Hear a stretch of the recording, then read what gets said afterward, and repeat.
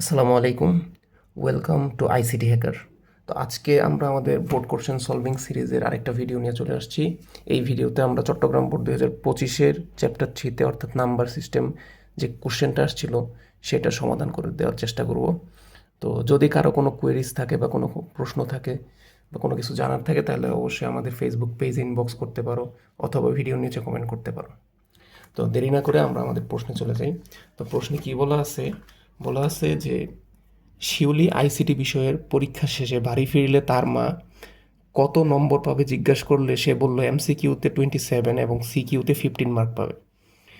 এ কথা শুনে তার বাবা বললেন এমসিকিউতে পূর্ণমানের চেয়ে বেশি নাম্বার পাওয়া কিভাবে সম্ভব। মানে এখানে শেষে পূর্ণমান দেওয়া আছে এমসিকিউতে 25 বা নর্মালি এমসিকিউতে পূর্ণমান 25ই হয়, কিন্তু সে বলছে 27 পাবে। তাহলে তার বাবা একটু আশ্চর্য হয়ে জিজ্ঞাসা করলো যে 27 পাওয়া কীভাবে সম্ভব। তাছাড়া মানে তার বাবা আরও জিজ্ঞেস করলো যে তাছাড়া তুমি সিকিউতে অকৃতকার্য হবে, মানে সিকিউতে পাস মার্ক দেওয়া আছে হলো 17, কিন্তু সে পাইছে 15 তার বলার কথা অনুযায়ী। কিন্তু তার বাবা তো এই ক্ষেত্রেও জিজ্ঞাসা করলো যে সিকিউতে তো অকৃতকার্য হবে। শিউলি বলল আমি অবশ্যই কৃতকার্য হব, এবং সে পজিশনাল সংখ্যা পদ্ধতি রূপান্তরের ধারণার আলোকে বাবাকে বিষয়টি বুঝিয়ে বলল। তো সে মানে সংখ্যা পদ্ধতির ধারণা দিয়ে তার বাবার এই বিষয়টা বুঝাই বললো। অবশ্যই এখানে একটা সংখ্যার আমাদের যে মানে বিভিন্ন ধরনের সংখ্যা পদ্ধতি আছে সেখানে একটা মানে তারতম্য থাকবে আর কি। তো এগুলো পরে আমরা দেখব। তো শেষে বলা আছে হলো এমসিকিউ এর পূর্ণমান 25 এবং সিকিউ এর 5 নম্বর 17। আমাদের মূল ডেটা হলো এই যেগুলো, ঠিক আছে, এগুলো কাজে লাগবে। তো এগুলো একটু আগে মার্ক করে নিলাম। আচ্ছা, তো ক নাম্বার প্রশ্নে বলছে হলো ইউনিকোড কি। এটা তো নর্মাল সংজ্ঞা। বিশ্বের ছোট বড় সকল ভাষাকে কম্পিউটারে কোডভুক্ত করার জন্য আন্তর্জাতিকভাবে ব্যবহৃত 16 বিটের কোডকে ইউনিকোড বলা হয়। তারপরে বলা হয়েছে যে বাইনারি যোগ ও বুলিয়ান যোগ এক নয় কেন। এখন বাইনারি যোগ আর বুলিয়ান যোগ তো অবশ্যই এক না, তো কোনটা কি আমরা একটু দেখি।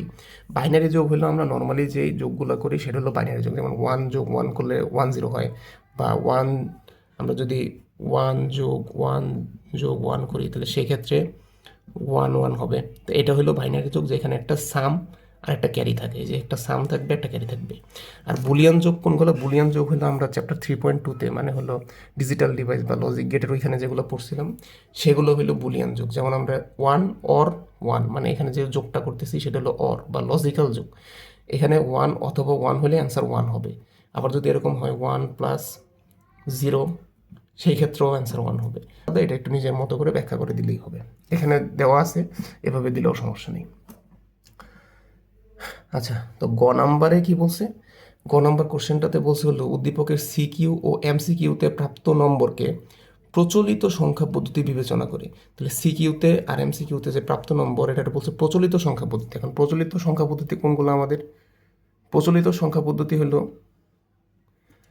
নর্মালি আমরা ডেসিমেল প্রচলিত সংখ্যা পদ্ধতি হিসেবে ইউজ করি। তাহলে এটা যেখানেই থাক না কেন বা যেই সংখ্যাতেই থাক না কেন এগুলো আমাদের প্রচলিত সংখ্যা পদ্ধতিতে ধরে নিতে হবে, অর্থাৎ এই দুইটাকে ডেসিমেলে ধরে নিতে হবে। বলছে কি সিকিউ এবং এমসিকিউতে প্রাপ্ত নম্বরকে প্রচলিত সংখ্যা পদ্ধতি বিবেচনা করে 2-এর পরিপূরক পদ্ধতিতে পার্থক্য নির্ণয় করো। তাহলে আমরা এটা এখন যদি করতে যাই তাহলে আমাদের যেটা করতে হবে এটারও ডেসিমেল ধরে নিতে হবে, এটারও ডেসিমেল ধরে নিতে হবে। তাহলে আমরা এখানে দেখি কীভাবে করা যায়। এখানে দেওয়া আছে এমসিকিউতে, মানে এটা গ নম্বরের সমাধান আর কি, এখান থেকে শুরু। তো এমসিকিউতে প্রাপ্ত নম্বর 27, বেস হলো 10, মানে যেহেতু প্রচলিত সংখ্যা পদ্ধতি বলা হয়েছে এই জন্য আমরা বেস 10 ধরে নিছি। আবার সিকিউতে প্রাপ্ত নম্বর 15, বেস হলো 10, প্রচলিত সংখ্যা পদ্ধতির জন্য এটাও 10 ধরে নিছি। তো 2-এর পরিপূরকে পার্থক্য নির্ণয় করার জন্য আগে আমরা নর্মালি পার্থক্যটা দেখি। 27 - 15, এটা যদি মানে আমরা 2-এর পরিপূরক দিয়ে করা মানে হলো যোগের মাধ্যমে করা। তো যোগের মাধ্যমে করতে হইলে এই যে মধ্যে প্লাস চিহ্ন আনতে হবে আর এই মাইনাসটা ভিতরে নিয়ে যেতে হবে। পরে আমরা এই ছোট সংখ্যা বা এই মাইনাস সহ যে সংখ্যাটা আছে এটা 2-এ পরিপূরক করে ফেললেই কাজ হয়ে যাবে। তাহলে এটুক করলে আমরা অ্যান্সারটা পাই হলো 12। এরপরে আমরা যদি আসি পরের কী আছে, পরের স্টেপে আছে হলো আমরা 27 আর হলো 15 এই দুইটার বাইনারি বের করবো। দুইটাই বাইনারিটা বের করে দেখাইতে হবে। এখানে যদিও ডিরেক্ট দেওয়া আছে, আমি একটু করে দেখাই যে কীভাবে বাইনারি করতে হয়। তো যদি আমরা 27 একটা করে দেখাই তো আরেকটা সেমভাবে করা যাবে। তো 27-এর বাইনারি করতে হলে আমাদের সবসময় বেস মানে হলো আমরা যদি বাইনারিতে কনভার্ট করবো তাহলে বেস 2 দিয়ে ভাগ করতে হবে এটাকে। তাহলে 27-কে 2 দিয়ে ভাগ করলে 13 দুগুণে 26, আর ভাগ শেষ থাকে হলো 1। আবার সেম পরে আবারও 2 দিয়ে ভাগ করলে 6 দুগুণে 12, আর ভাগশেষ থাকে হলো 1। তারপরে আবার যদি 2 দিয়ে ভাগ করি তাহলে 3 দুগুণে 6, ভাগশেষ থাকবে হলো 0। আবার এটাকে 2 দিয়ে ভাগ করলে 2, 1 2, আর 3 থেকে 2 বাদ দিলে থাকবে হলো 1, মানে ভাগশেষ 1। আবার 2 দিয়া 1 ভাগ করলে 2 0 0, আর ভাগশেষ থাকবে হলো 1। তাহলে এখানে সংখ্যাটা যেটা দাঁড়াবে সেটা হলো নিচের থেকে উপরের দিকে আমরা যাব, কারণ এটা হলো মোস্ট সিগনিফিকেন্ট বিট, আর এটা হলো লেস সিগনিফিকেন্ট বিট। এই জন্য নিচের থেকে উপরের দিকে যায়। যদি আমরা সংখ্যাটা সাজাই তাহলে যেমন আসে মানে আলটিমেটলি রেজাল্টটা সেটা হলো 1 1 0 1 1। এটুকুই হলো আমাদের মূল রেজাল্টটা আর কি। তো এই জিনিসটাকে আমরা যখন 2 এর পরিপূরকে কাজ করব, বা সেম একই নিয়মে আমরা এই যে 15 বাইনারিটা বের করে নিব।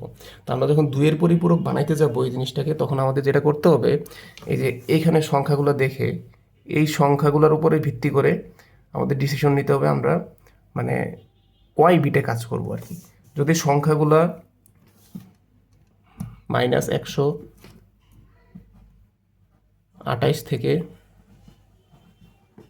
127 মধ্যে হয়, +127 এর মধ্যে হয়, মানে সবগুলো সংখ্যা, এখানে 15 আছে, তারপরে এইখানের ক্ষেত্রে হলো আমাদের এখানে আছে হলো 27 15 আর 12।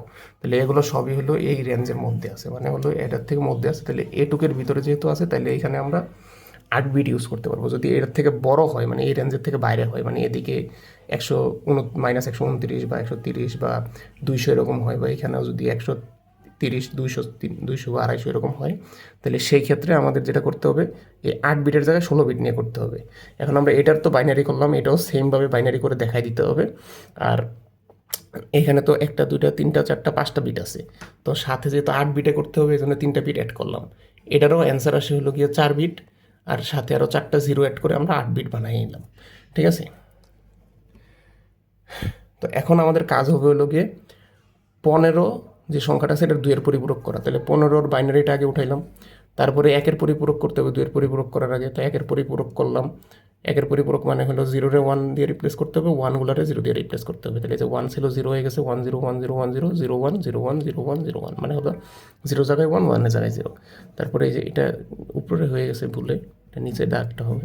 তো এই 1 এর পরিপূরকের যে মানটা আছে এটার সাথে এবার আমরা 1 যোগ করে দিলে যে অ্যান্সারটা পাবো সেটাই হলো আমাদের 2 এর পরিপূরক।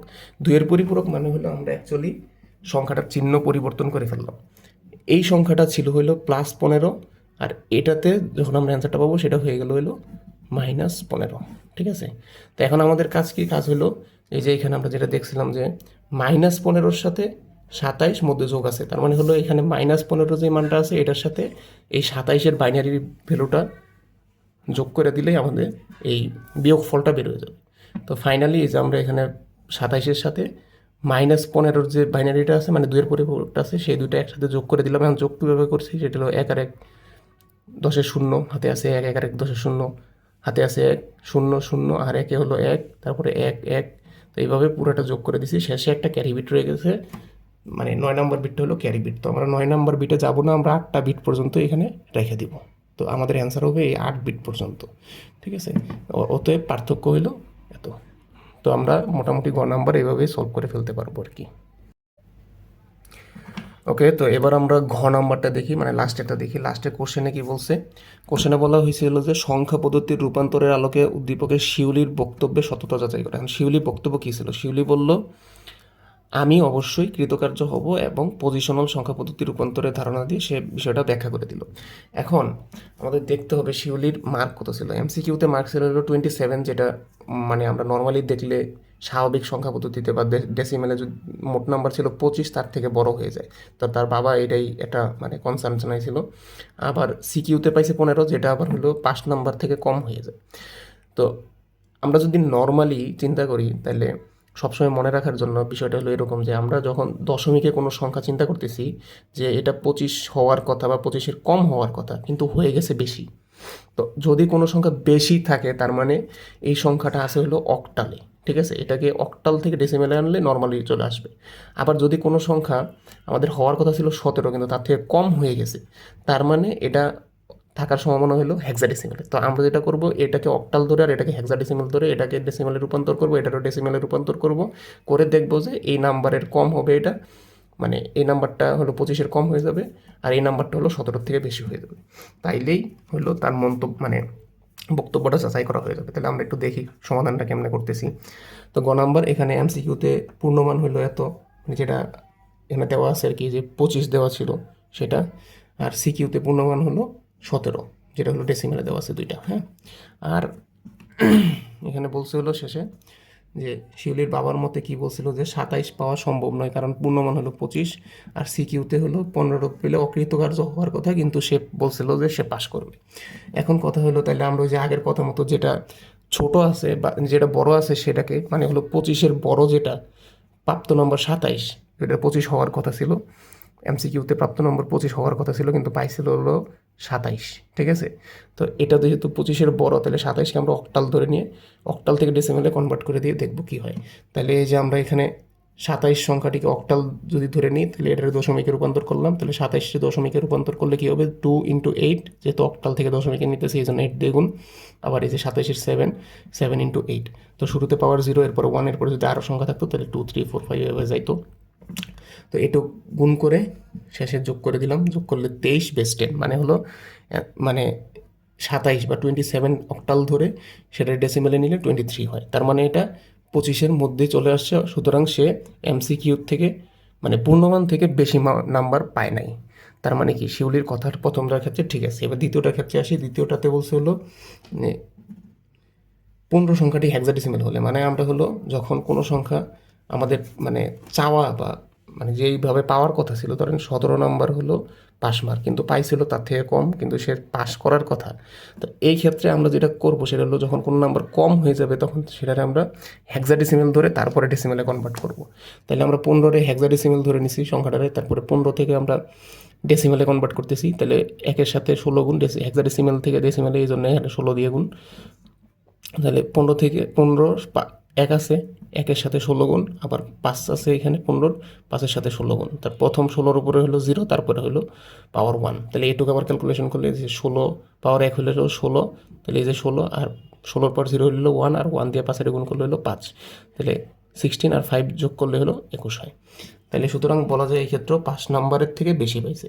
সুতরাং ফাইনালি বলা যায় যে মানে শিউলি যে মন্তব্য করছিল সে মানে পাশ করবে এবং মোট নাম্বারের থেকে কম নাম্বার পাবে বা মোট নাম্বারে বেশি নাম্বার পায় নাই, সেটা সত্য। তো ফাইনালি একটা মন্তব্য লিখে দিলেই আমাদের কাজ শেষ। আশা করি বুঝতে পারছেন। যদি কোনো প্রশ্ন থাকে আমাদের ফেসবুক পেজে ইনবক্স করতে পারেন অথবা কমেন্টে জানাইতে পারেন। ধন্যবাদ। আসসালামু আলাইকুম।